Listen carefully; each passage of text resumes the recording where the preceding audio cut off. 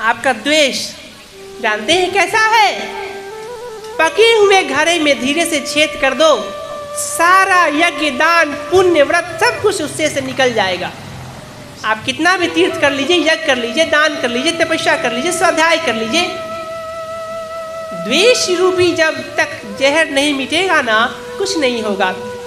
10 kilo दूध की आप खीर बनाइए कि आज ले चलते हैं, महाराज जी को 1 चम्मच खिलाएंगे, बाकी सब अपने घर में पाएंगे। किंतु उस 10 किलो दूध को आपने दूध जला जला के बनाया, 8 किलो किया, उसमें आधा किलो चावल डाला, खूब मेवा मिश्री डाला, उसके बाद उसमें बनिया घाटा दूध में उसे बनाया और उसमें देसी घी थोड़ा डाला। किंतु किसी ने उसमें 2 बूंद मिट्टी का तेल मिला दिया तो क्या वो खाने योग्य रहेगा? कदापि नहीं।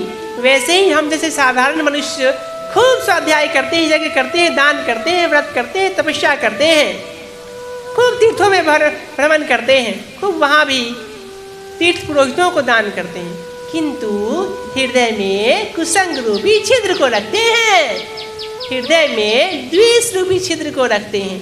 अरे भैया, द्वेष किससे करते हो? जब सारा संसार भगवान का है तो तुम्हें बात समझ में नहीं आती है क्या? ठीक है, तुम्हारे मन में किसी के प्रति द्वेष आ रहा है, वह तुमसे द्वेष कर रहा है, तो उसको भी राम राम करके उससे तुम संबंध नहीं रखो, दूरी बना लो।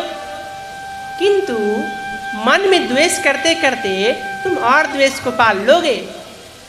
देखिए, एक मनुष्य एक बार एक दूसरे अपने मित्र, पहले उसका मित्र ही था ऐसा कहा जाता, उसके प्रति बड़ा ही उसे द्वेष हो गया और ऐसी भावना करने लगा कि इसकी मृत्यु हो जाए।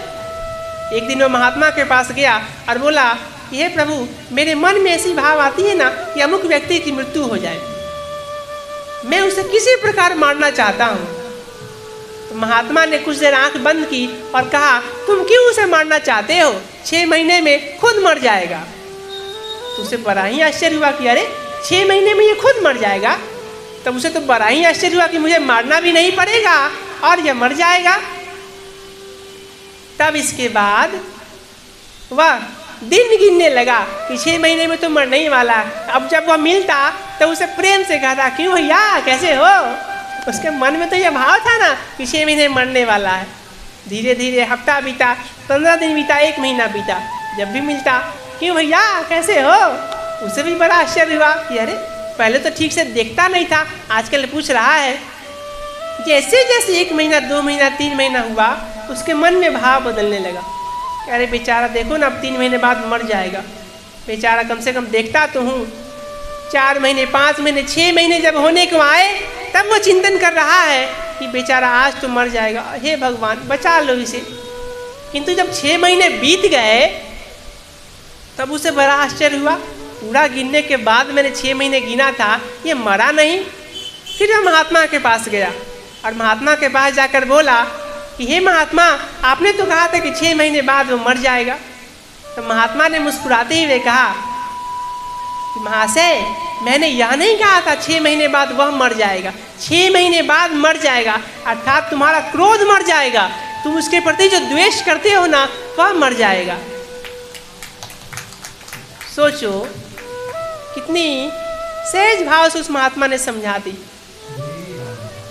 6 महीने में धीरे धीरे उसकी क्रोध नष्ट हो गया, दोनों में प्रेम हो गया। उसे भी अपने आप में ग्लानि होने लगा। उसने जाकर सारी बात उसको बताई।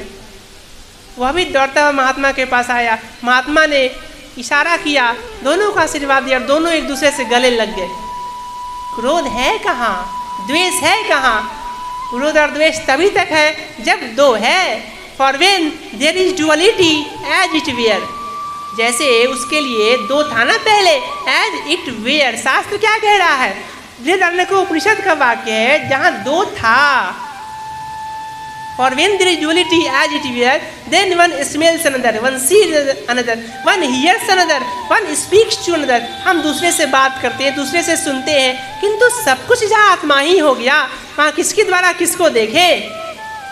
पुरुष और स्त्री का भेद ही नष्ट हो गया, तो किसके द्वारा किसको देखे? हमारे मन में यह भाव ही नष्ट हो गया कि सुगंधित सुगंधित इत्र की, सेंट की सुगंध लेनी है, तो फिर किसको सुने, किसको सूंघे? इसलिए कहा जाता है संतों का संग करो, वहां तुम्हारे हृदय की वह ग्रंथि भी खुलती है जो तुम खुद साधना करके लाखों जन्मों में नहीं खोल सकते हो। सारे भाव तुम स्वाध्याय करके नहीं प्राप्त कर सकते हो, या हम नहीं प्राप्त कर सकते हैं, इसलिए सत्संग किया जाता है। इसलिए कहा जाता है संसारे यस्मिन् क्षणार्धो अपि सत्संग से नाम, संसार में आधे क्षण का सत्संग भी दुर्लभ है। इस एक बात को ही अगर आप पकड़ लें, क्रोध कैसा, अपनी बहू के प्रति, अपने ही बेटे के प्रति, अपनी पत्नी के प्रति, अपने ही सासू माँ के प्रति, अपने ही मित्र पड़ोसी के प्रति द्वेष कैसा, कितना आपका यही जीवन मंगलमय हो जाएगा। जब हम जलते रहते हैं वह आनंद में हो जाएगा। एक लड्डू भी होगा पास में तो सोचेंगे थोड़ा उसको भी दे दो। यह है ज्ञान, यह है भक्ति, यह है वैराग्य।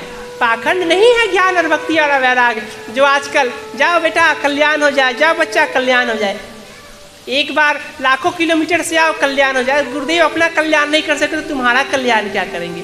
ऐसे गुरुओं के द्वारा सारी भारतवर्ष आजकल ठगा जा रहा है। एक से एक पाखंडी रोज उत्पन्न हो रहे हैं। कोई मन की बात बता रहा है, कोई कह रहा है कि जाओ तुम्हारे रोग ठीक कर देंगे।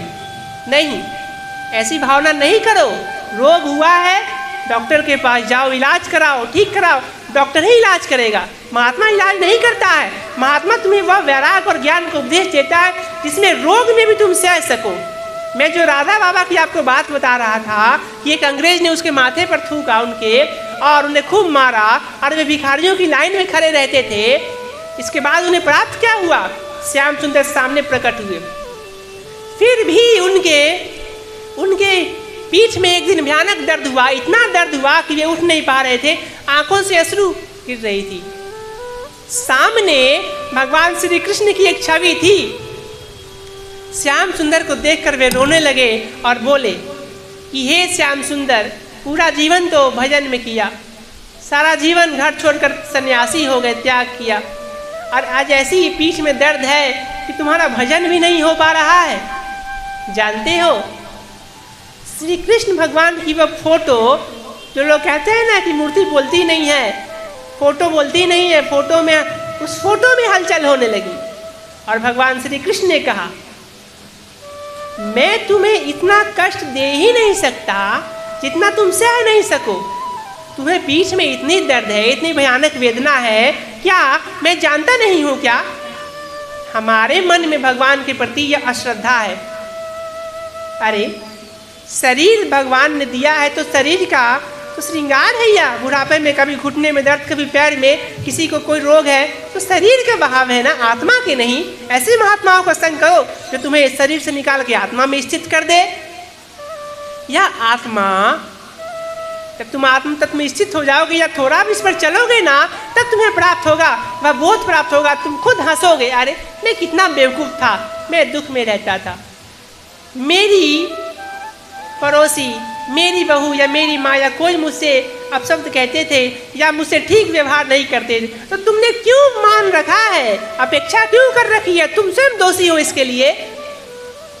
भगवान की आसक्ति स्वीकार करो, भगवान की शरणागति स्वीकार करो, देखो सब कुछ बदल जाएगा।